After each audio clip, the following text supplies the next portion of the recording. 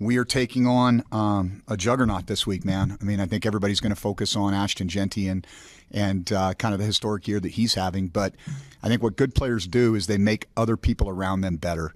And that's what you see with Ashton, is his ability to get eyeballs on him and become the focal point of what defenses want to stop, and how that's actually enhanced their offense overall. They do a great job of using their tight ends in a variety of ways. They've got a lot of targets on the perimeter, and Madsen you can tell he owns this offense. And you can see how teams, last week San Diego State, like a lot of teams, are going to, kind of commit a lot of bodies to stopping Jeanty, and then, Madsen throws for over 300 yards. And so it's not like this is a one-trick pony, no pun intended. They can do a lot of things on that side of the ball. And then defensively, it's a very, very good unit. I mean, they play together. They play hard.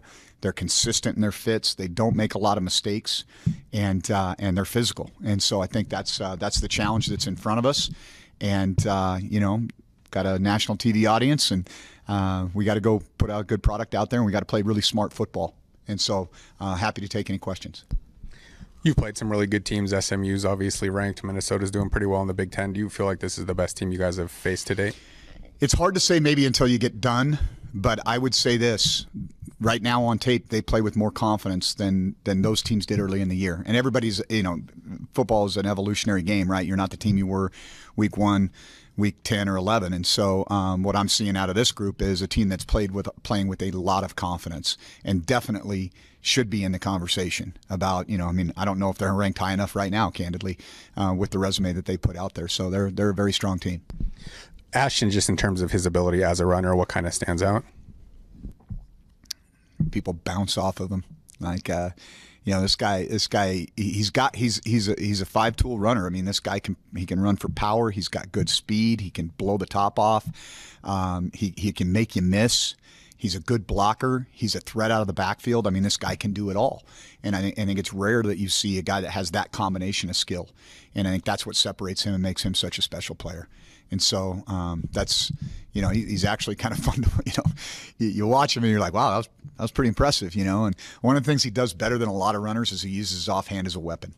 And when people try to tackle him low, a lot of times that's not a winning proposition, because he uses that stiff arm and uses that offhand to get him off you. And that just, that shows you his strength. From your time at Boise State, does he remind you of any of the backs that you worked with, or, were a part of the team with the Broncos? I think every back kind of has their own style. When I was there, Doug was kind of the cowbell.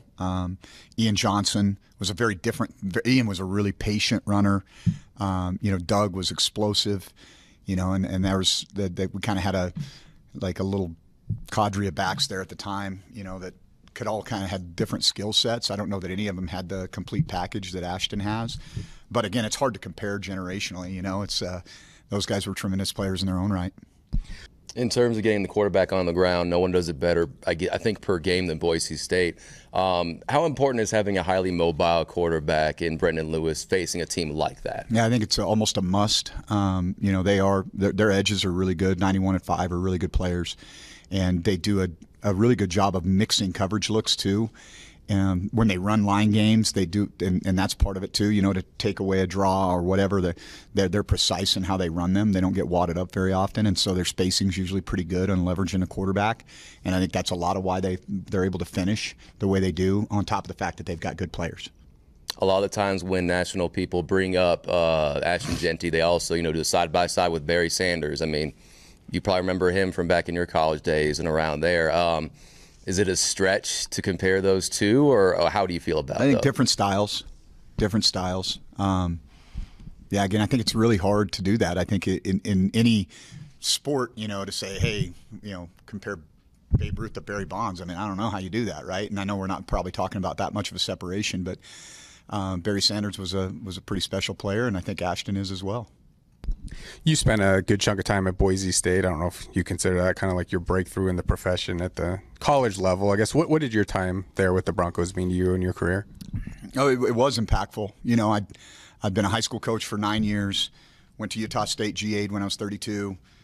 2 years later, the staff gets let go. I spent a year at Eastern Illinois, and I interviewed for the job at Boise State in December of 2005 and get hired. And we go, 13-0, 14-0, whatever it was, and beat and beat Oklahoma in the Fiesta Bowl, and not just for me, but for everybody on that staff. That kind of changed the course of all of our careers. Justin Wilcox was our defensive coordinator. Pete Kwiatkowski was the defensive line coach. We had a lot. Brian Harsin was the offensive coordinator. It was just, and the thing that I remember most about my time there was we were all kind of about the same age. We were kind of going through a lot of the same things with our families at the same time.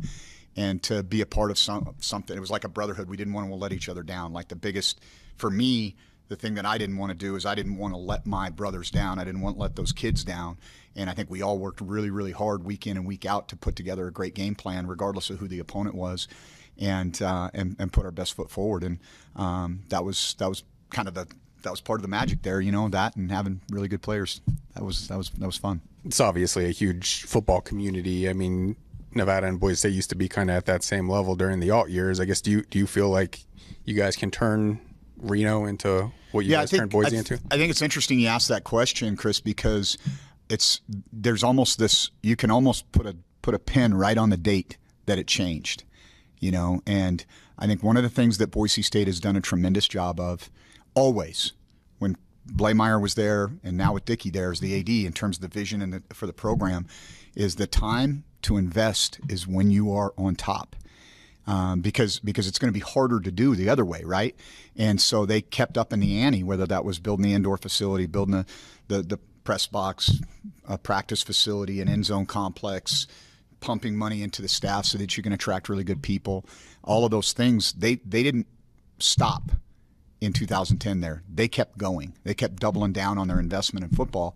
And the reality is that it's benefited every single aspect of their athletic program and their community, and including enrollment at the university. I think when I went there in 2005, 2006, the enrollment was around 14 to 16,000, and by the time I left in 2011, it was over 22,000, and so and growing. And so the national brand that was visible because of the football program benefited everybody in the university community.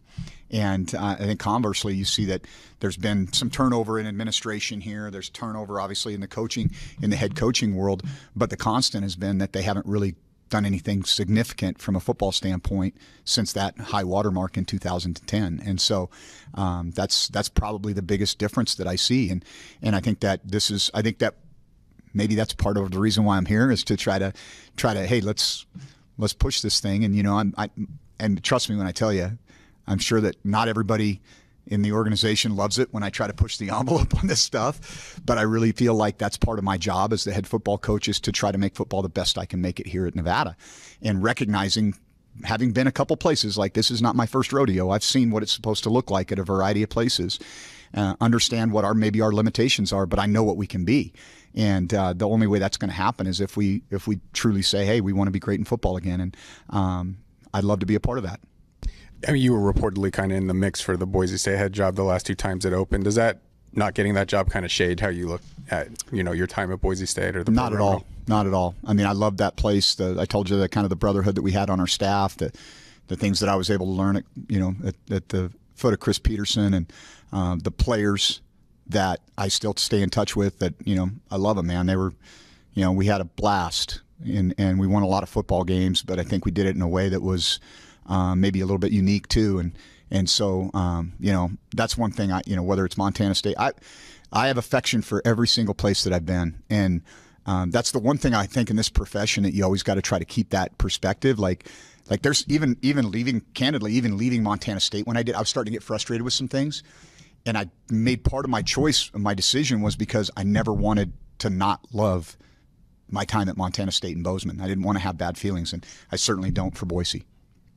When you look at your guys' record, probably not what you hoped it would be with 3 games left. What would a win over a Boise State or a UNLV in the regular season finale, one of the big rivals for Nevada, kind of mean for I think it creates momentum going into a recruiting cycle, and that's important because it kind of flips the narrative a little bit. And you never know, hey, man, we're able to pull that one out at San Ho or Fresno. Maybe that changes things a little bit.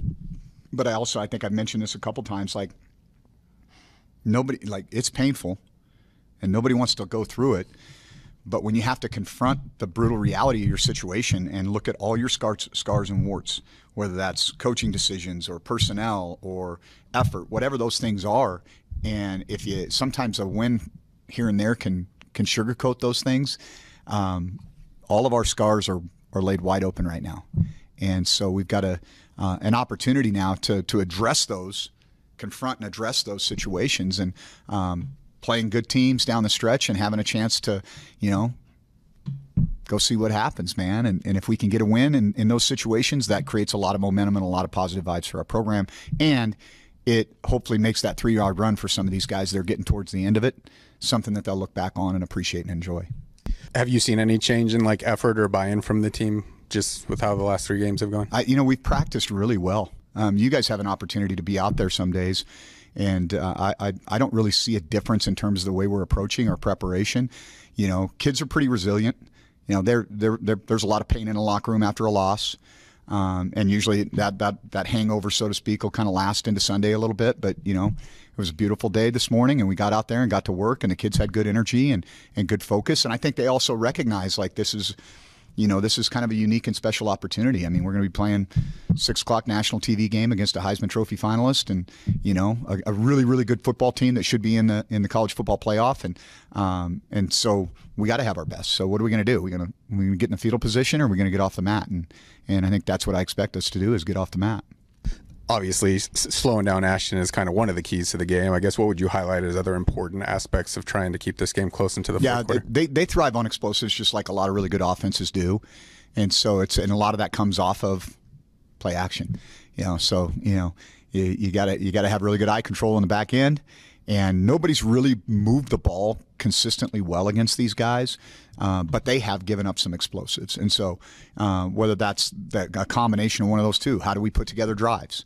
How do we do what we do? I mean, our recipe, when we don't screw it up, has been pretty tried and true. Hey, let's keep their offense off the field, play under 65 snaps on defense, and do a good job of controlling the pace of the game. And I think that's a really important thing for us in any game, but especially in a game like this.